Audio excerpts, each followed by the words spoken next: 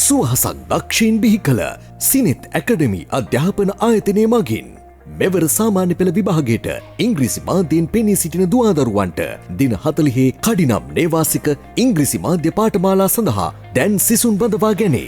සාමාන්‍ය පෙළ විභාග ආකෘතියටම සැකසූ ගණිත ප්‍රශ්නපත්‍ර 10 ඇතුළුව සියලු විෂයන් සඳහා ප්‍රශ්නපත්‍ර 50ක් ලියවා සාකච්ඡා කරන අතර එහිදී බහුවර්ණ ප්‍රශ්න 1400ක් ව්‍යුහගත හා රචනා ප්‍රශ්න 360ක් සාකච්ඡා කරන අතර සෑම විෂයක් සඳහාම විශේෂ අනුමාන ප්‍රශ්න පත්‍රයක් සාකච්ඡා කෙරේ. 2025 පෙබරවාරි 2 වන දින උදෑසන 10:30 සිට සවස 4 දක්වා නව පාඨමාලා සඳහා ලියාපදිංචි සිදු කරන අතර පෙබරවාරි 3 වන දින සිට පාඨමාලා ආරම්භ වේ. පාඨමාලාව සඳහා සම්බන්ධ වන සිසුන් පෙබරවාරි 2 වන දින 10:30 සිට 11 දක්වා පැවැත්වෙන වැඩමුළු සඳහා අනිවාර්යෙන් සහභාගී විය යුතු වේ. ලියාපදිංචිය සඳහා පැමිණීම අනිවාර්ය වේ.